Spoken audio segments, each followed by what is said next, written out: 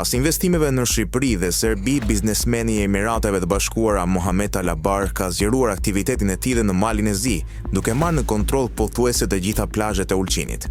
Kompania Eagle Hills Montenegro, e mbështetur nga kapitali arab, ka ofruar çmimet më të larta në ankat shtetëror për dhënien e plazheve dhe ka siguruar pothuajse të gjithë bregdetin e Ulqinit, duke nxjerrë nga loja qindra biznese nga vendi.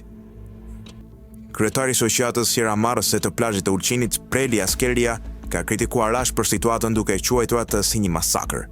Ai ka theksuar se kompania Alabar, që ka fituar ofertat më të larta për plazhe të njohura si Saranda, Adriatika, Mojito dhe të tjera, është një shkelje e hapur e biznesit familjar dhe një dëm i madh për komunitetin lokal. Skrelia ka theksuar se dokumentacioni i kompanisë ishte i paplot dhe ka përmendur deklaratat e ministrit të planifikimit hapësinor, Slaven Radunović, i cili ai quajti të dyshim këtë proces. Pas protestave, Eagle Hills ka njoftuar se do të rikthej plazhet tek operatorët origjinal me të njëjtën çmim, përfshirë dhe Velika Plazën, një nga plazhet më të mëdha në Europë. Alabar ka deklaruar se ky është një hap për të përmirësuar infrastrukturën dhe për të promovuar turizmin në përputhje me ruajtjen e mjedisit dhe trashëgimisë kulturore të Malit të Zi. Kjo lëvizje vjen pas investimeve të tjera të Eagle Hills si projekti ambicioz në Durrës për ndërtimin e një marine luksoze që synon të transformojë qytetin në një destinacion të rëndësishëm për superjate.